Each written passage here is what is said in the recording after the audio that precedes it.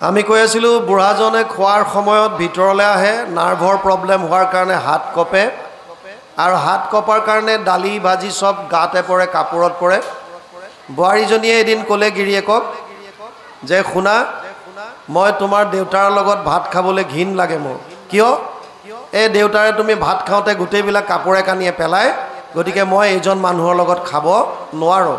এটা কাম কৰোঁ দিয়া, কি আমি দেউতাৰ খানাটো ভোজনটো তালৈকে দি দিম, সেই ৰুমলৈকে দি দিম, ভিতৰলৈ অহাৰ কোনো প্ৰয়োজন নাই।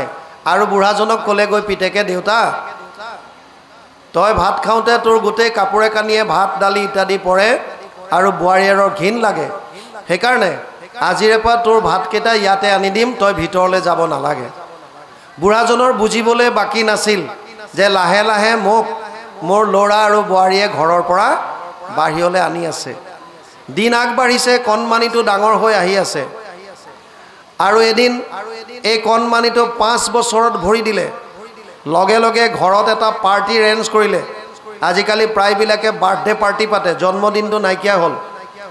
বাৰ্থডে পাৰ্টি পাতিলে, লগৰবিলাকক নিমন্ত্ৰণ দিলে, আৰু বোৱাৰীয়েকে আহি শহুৰেকক ক'লে যে দেউতা আমাৰ আজি পাৰ্টি হ'ব সন্ধিয়া, মোৰ লগৰ ফ্ৰেণ্ডবিলাক আহিব, যেতিয়ালৈকে পাৰ্টি হয় তেতিয়ালৈকে আপুনি যেন ৰুমটোৰ পৰা নোলায়। আৰু শহুৰেকে ক'লে যে আয়ো মইনো কিয় ৰুমৰ পৰা বাহিৰলৈ ওলাম, হ'ব দে মই ৰুমৰ ভিতৰতে সোমাই থাকিম। আৰু সেই বুলি পাৰ্টি আৰম্ভ হোৱাৰ এঘণ্টামান আগৰে পায় বাৰণ্ডাৰ ৰুমটোত সোমাই ভিতৰৰ পৰা হুকডাল লগাই দিলে। সন্ধিয়া 7টা বজাত পাৰ্টি আৰম্ভ হ'ল। গিলাচৰ টুং টাং, ডিজে, ঢাক ঢোক, মিউজিক চলি আছে। 7টাৰ পৰা 8টা বাজিল, 8টাৰ পৰা 9টা, 9টাৰ পৰা 10টা, 10টাৰ পৰা 11টা বাজি গ'ল। পাৰ্টি শেষ হোৱাৰ কোনো নাম লোৱা নাই। বুঢ়াজনৰ পাচাব কৰিব লাগিল, ভাবিলে মই মনে মনে গৈ পিছফালে গৈ পাচাব কৰি আহি আকৌ সোমাই থাকিম, এই বুলি দুৱাৰখন খুলিবলৈ ধৰিছে। আনহাতে মেইন মঞ্চত য'ত পেণ্ডেলটো দিছিল তাত এই বোৱাৰীয়েকৰ লগৰ 5জনী বান্ধৱীয়ে বোৱাৰীয়েকক ক'লে যে তোৰ ঘৰটো আমাক দেখুওৱা নাই, তোৰ ঘৰটোনো কেনেকৈ ৰাখিছ আমাক এবাৰ দেখুওৱা ব'ল। আৰু বোৱাৰীয়েকে বান্ধৱী 5জনীক লৈ ভিতৰলৈ আহিছে। ঠিক বাৰণ্ডা পাওঁতেই 5জনী বান্ধৱী আৰু বোৱাৰীয়েক আৰু আনহাতে বুঢ়াজনে ৰুমৰ দুৱাৰ খুলিছে বাহিৰলৈ যাবলৈ। বাৰণ্ডাত দুইখিনি সন্মুখা সন্মুখী হ'ল। য'তে বাঘৰ ভয় ত'তে ৰাতি হয়। বুঢ়াজনক দেখাৰ লগে লগে বান্ধৱী কেইগৰাকীয়ে সুধি দিলে বোৱাৰীয়েকক যে আমি 4 ঘণ্টা ধৰি তোৰ তাত পাৰ্টি কৰি আছোঁ, অথচ এই মানুহজন এবাৰো দেখা নাপালোঁ, এইজননো কোন? সেইগৰাকী সম্ভ্ৰান্ত ঘৰৰ বোৱাৰী, উচ্চ শিক্ষিতা। তেওঁ অকণমানো ক'বলৈ কুণ্ঠাবোধ নকৰিলে, আৰু তেওঁ ক'লে এইজন আমাৰ ঘৰত কাম কৰা মানুহ, এওঁ শাৰীৰিকভাৱে অসুস্থ হৈ আছে, আৰু সেইকাৰণে আমি আমাৰ ঘৰত ৰাখি এওঁক চিকিৎসা কৰাই আছোঁ। বান্ধৱীকেইজনীয়ে ক'লে যে তোমাৰ চিন্তা চৰ্চা অতি মহান, তুমি একেবাৰে উদাৰ, কাম কৰা মানুহ এজনকো ঘৰত ৰাখি এনেকৈ চিকিৎসা দিয়া নজিৰ আমি ক'তো পোৱা নাই, তথাপিও তুমি তেনেকৈ কৰিছা, গতিকে তুমি খুব মহান। বুঢ়াজনে কি ক'ব? দুধাৰি চকুলো মাত্ৰ বৈ আছে, কাক কি ক'ব? বান্ধৱীকেইজনী ভিতৰলৈ গ'ল, ৰুম চাবলৈ লৈ গ'ল, আৰু বুঢ়াজনে বাহিৰলৈ আহি বাহিৰৰ পৰা আহি পুনৰ ৰুমটোত সোমাই হুকডাল লগাই ভিতৰত বহি আছে, কান্দি আছে হুক হুকাই। পাৰ্টি এসময়ত শেষ হ'ল, আৰু কোনোবা এগৰাকীয়ে দুৱাৰত ঢকিয়াইছে, খোলক দুৱাৰ। বুঢ়াজনে দুৱাৰ খুলি দেখিলে যে আন কোনো নহয়, বোৱাৰীগৰাকী। বিভিন্ন অশ্লীল বাণীৰে গালি পাৰিছে। মই অকণমান আগত সেইকাৰণে কৈছিলোঁ বাণীৰ সংযম, বাণীৰ পবিত্ৰতা কেৱল আধ্যাত্মিক জ্ঞানেহে দিব পাৰে। অশ্লীল বাণীৰে নক'বলগীয়া কথা কৈ শহুৰেকক গালি পাৰিলে।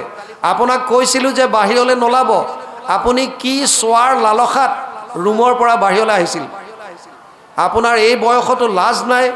বিভিন্ন ধৰণৰ অকথ্য কথাৰে শহুৰেকক থকা সৰকা কৰিলে। শহুৰেকজনে পুনৰ কান্দি আছে, কি কৰিব? তেনেকুৱাতে ল'ৰাটো আহি পালে আৰু গিৰিয়েকক দেখা পাই বোৱাৰীয়েকে ক'লে, শুনা, কালিলৈৰ ভিতৰত হয়তো এইজন মানুহ এখন ঘৰত থাকিব আৰু নহ'লে মই থাকিম, সিদ্ধান্ত তোমাৰ। আৰু সেইজন ল'ৰাই, যিজন ল'ৰা সৰু হৈ থাকোঁতে মাক বাপেক দুয়োটাই উজাগৰে নিশা কটাইছিল, সেইজন ল'ৰা, যিজন ল'ৰাক শিক্ষা দিবৰ কাৰণে বাপেকে ভৱিষ্যতৰ কথা চিন্তা নকৰি গাঁঠিৰ সমস্ত ধন ভাঙিছিল, সেইজন ল'ৰাই পিছদিনাখন ওচৰতে থকা এখন বৃদ্ধ আশ্ৰমত কথা পাতি গাড়ী এখন লৈ আহিল আৰু গাড়ীখন আনি গেটৰ ওচৰত লগাই বাপেকৰ ওচৰত আহি ক'লে, দেউতা, আমি দুটা অফিচলৈ যাওঁ, কণমানিটো স্কুললৈ যাবলৈ আৰম্ভ কৰিছে, তই দিনটো ঘৰত অকলে অকলে থাক, বৰ কষ্ট পাৱ চাগে, সেইকাৰণে মই ভাবিছোঁ আমাৰ ঘৰৰ কিছু দূৰত এখন বৃদ্ধ আশ্ৰম আছে, তোৰ বয়সৰ বহু মানুহ তাত পাবি, সেইকাৰণে মই ভাবিছোঁ ব'ল তোকো তাত থৈ আহোঁগৈ। বুঢ়াজনৰ বুজিবলৈ বাকী নাছিল যে আজি ল'ৰাই মোক ঘৰৰ পৰা, মই নিজে সজা ঘৰখনৰ পৰা মোক গতিয়াই বাহিৰ কৰি বৃদ্ধ আশ্ৰমৰ বাট দেখুৱাব বিচাৰিছে। তথাপিও মনৰ ওপৰত কণ্ট্ৰল কৰি বাপেকে ক'লে, বোপাই, তই বৰ ভাল কথা ভাবিছ, সঁচাকৈ মই ঘৰখনত কিবা এটা যেন উদং উদং পোৱা হ'লোঁ, তোৰ মাৰে এৰি যোৱাৰ পাছত মই খুব কষ্টত থকাৰ নিচিনা লাগিছে, হ'ব ব'ল মই যাওঁ। এইবুলি ৰুমটোৰ পৰা ওলাই আহিছে। আজি পিতেক আগে আগে গৈছে, বাপেক পাছে পাছে। সাধাৰণতে বাপেক আগত যায় আৰু ল'ৰা পিছত। কিয়? কাৰণ বাপেকক আদৰ্শ হিচাপে লয় ল'ৰাবিলাকে, আৰু ছোৱালীয়ে মাকক আদৰ্শ হিচাপে লয়। কিন্তু আজি আৰু উল্টা হৈছে, পিতেক আগে আগে গৈছে, বাপেক পাছে পাছে।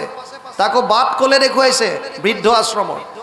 গেটৰ ওচৰ পালেগৈ, বুঢ়াজনৰ হৃদয় কঁপি উঠিছে আৰু এতিয়া পিতেকক কৈছে, বোপাইও, মই যেতিয়া বৃদ্ধ আশ্ৰমত থাকিবই লাগিব, তাত চাগে মই নিজকে বৰ অকলশৰীয়া অনুভৱ কৰিম, তহঁতকো নাপাম, নাতিটোও নাপাম, মাৰেতো মোক এৰিয়ে গুচি গ'ল, তোৰ মাৰে মোক দিয়া এৰী চাদৰখন মোৰ আলনাত আছে, তই এৰী চাদৰখনকে লৈ আহগৈ যা। কেতিয়াবা মাৰলৈ মনত পৰিলে, আপোনজন তহঁতলৈ মনত পৰিলে মই এৰী চাদৰখনকে গাত লৈ থাকিম। পিতেক যাবলৈ পোৱাই নাই, কণমানি নাতিটো দৌৰ মাৰিছে আৰু ককাকৰ আলনাৰ পৰা এৰী চাদৰখন লৈ আহি দুৱাৰদলিত দীঘলকৈ মেলি লৈছে। ভিতৰৰ পৰা দা এখন আনি মাজত কাটিবলৈ আৰম্ভ কৰিছে। মাকে সুধিছে পিতেকক, অ বোপাই, ককাৰ এৰী চাদৰখন কিয় কাটিছ? মাকে ভাবিছে মোৰ ল'ৰা মোতকৈ একো চৰা, এৰী চাদৰ গোটেইখন ককাকক নিদিয়ে, এটুকুৰাহে দিব। মোৰ আদৰ্শত উঠিছে মোৰ বোপাই, গতিকে গৰ্বত ফুলি আছে। পিতেকে এৰী চাদৰখন লৈ নোযোৱা দেখি বাপেক উধাটো খাই আহিছে আৰু দেখিছে নিজৰ পিতেকে কণমানি ল'ৰাটোৱে এৰী চাদৰখন মাজত কাটি আছে। সুধিলে, আৰে বোপাই কি কৰিছ? ককাৰ এৰী চাদৰখন মাজতে কেলে কাটিলি? তেতিয়া কণমানিটোৱে কৈছে, শুনা মা, শুনা দেউতা, মই যিটো দেখিছোঁ আমাৰ ঘৰত এখনেই এৰী চাদৰ আছে, আৰু যদি মই গোটেইখন এৰী চাদৰ আজি ককাৰ লগত দি পঠিয়াওঁ, তেতিয়া যিদিনা মই তোমালোক দুটাক বৃদ্ধ আশ্ৰমৰ বাট দেখুৱাম, সেইদিনা তোমালোকৰ লগত কি দিম? এইকাৰণে ইয়াৰ এটা টুকুৰা মই সেইদিনাৰ কাৰণে ৰাখিছোঁ, যিটো দিনত মই তোমালোক দুয়োকে বৃদ্ধ আশ্ৰমৰ বাট দেখুৱাম।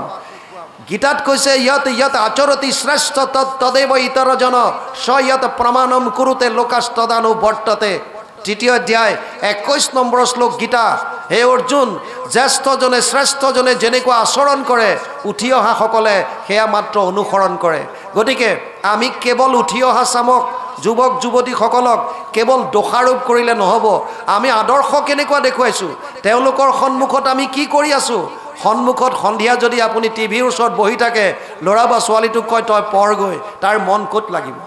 আপুনি তেওঁৰ টেবুলৰ ওচৰত বহক, অলপ সময় দিয়ক আৰু ইহঁতক সোধক, আমাৰ দিনত পঢ়া শুনাৰ তহঁতৰ লগত এতিয়া পাঠ্যপুথিবিলাক সলনি হ'ল, কি আছে তহঁতৰ, মোক অলপ বুজাই দে।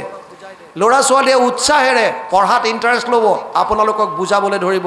আমাৰ দিনত এনেকুৱা হৈছে, স্কুলত আজি মোৰ এনেকুৱা হ'ল তেনেকুৱা হ'ল, বিৰাট উৎসাহ আহিব। তাকে নকৰি আমিবিলাকে কি কৰোঁ, কেৱল আদেশ জাৰোঁ, আদেশ, আৰু নিজে নিজে আমি বিভিন্ন ধৰণৰ অপকৰ্মবিলাকত লিপ্ত হৈ আছোঁ প্ৰতিটো মুহূৰ্তত ল'ৰা ছোৱালীয়ে আমাক ফ'ল' কৰি আছে সেইকাৰণে আমাৰ কৰ্তব্যবিলাক কেনেকুৱা হোৱা উচিত তাৰ কাৰণে আধ্যাত্মিক জ্ঞান লোৱাটো আটাইতকৈ জৰুৰী সেইকাৰণে চাৰিটা শিক্ষাৰ ভিতৰত নীতি শিক্ষা সামাজিক শিক্ষা ব্যৱহাৰিক শিক্ষা আৰু চতুৰ্থটো হৈছে আধ্যাত্মিক শিক্ষা এই আধ্যাত্মিক শিক্ষাই তিনিটা বস্তু দিয়ে বুলি ক'লোঁ প্ৰথম ভাৱৰ শুদ্ধতা দ্বিতীয় বাণীৰ পবিত্ৰতা আৰু তৃতীয় কৰ্মত পবিত্ৰতা গতিকে আধ্যাত্মিক জ্ঞান কেনেকৈ পাম ভকতৰ সংগত থাকি যি কি নহওক এতিয়া ইয়াত কৈছে কৃষ্ণত অৰ্পিয়া আমি কৰোঁ কৰ্ম যত তাতো নানা বিঘ্নি আছে জানিবা মনত এতেকে পিয়ায়ো কৃষ্ণ চৰিত্ৰ অমৃত শ্ৰৱণ মাত্ৰকে যেন সংকৃত কৃত্য সৌনকে কৈছে আমি যিমানেই আন কৰ্ম নকৰোঁ কিয় কৃষ্ণত অৰ্পণ কৰি হ'লেও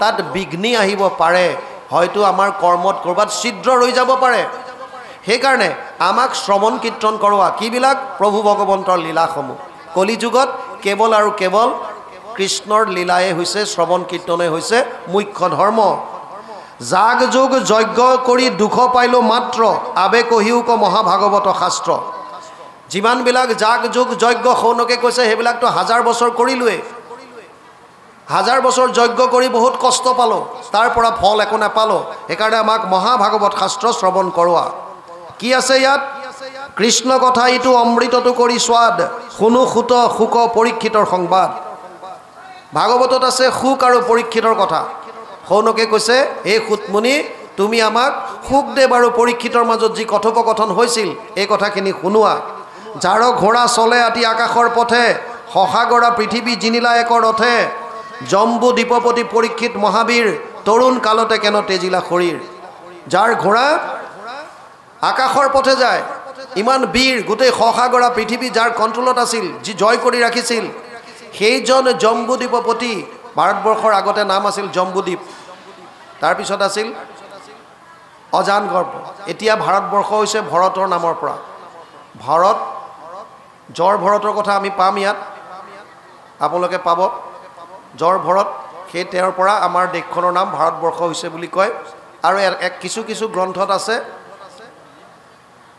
যিজন ভৰত আন এজন ভৰত আছে আমাৰ শকুন্তলাৰ পিতেক সেইজনৰ পৰাও হোৱা বুলি বহুতত ক'ব বিচাৰে ইয়াত কৈছে এতিয়া যিজন পৰীক্ষিত তেওঁৰ ওচৰত ভৃত্য যেন খাতে পৃথিৱীৰ ৰাজা যত কৃষ্ণত ভকত তেন্তে মহাভাগৱত হৰিস্মৰি জিমতে কৰিলা তনু ত্যাগ কহিও তাহানে জন্ম সুত মহাভাগ পৃথিৱীৰ সমস্ত ৰজাই যাৰ ওচৰত ভৃত্য হৈ খাতে খাটনি ধৰে এনেকুৱা পৰীক্ষিত ৰজা যিজনে হৰিক স্মৰণ কৰি নিজৰ শৰীৰ ত্যাগ কৰিছিল সেইজনৰ জন্মৰ বিষয়ে আমাক কোৱা লগতে কৈছে বিষ্ণু বৈষ্ণৱৰ কিঞ্চিত একো নাহি ভেদ দুইৰো কথা কৰে পাতকৰ কণ্ঠ ছেদ এতেকে শুনিব আমি কৃষ্ণৰ চৰিত এহিকে তাৰিবে আবে দুৰ্ঘোৰ কলিত বিষ্ণু আৰু বৈষ্ণৱৰ মাজত কোনো পাৰ্থক্য নাই ভক্তি ভকত ভগৱন্ত গুৰু চতুৰ্বিদ বাপু এক ইনকি সুমিৰণ কৰেছো না সৈ বিঘ্ন অনেক ভক্তি ভকত ভগৱন্ত আৰু গুৰু চাৰিবিধতে পাৰ্থক্য নাই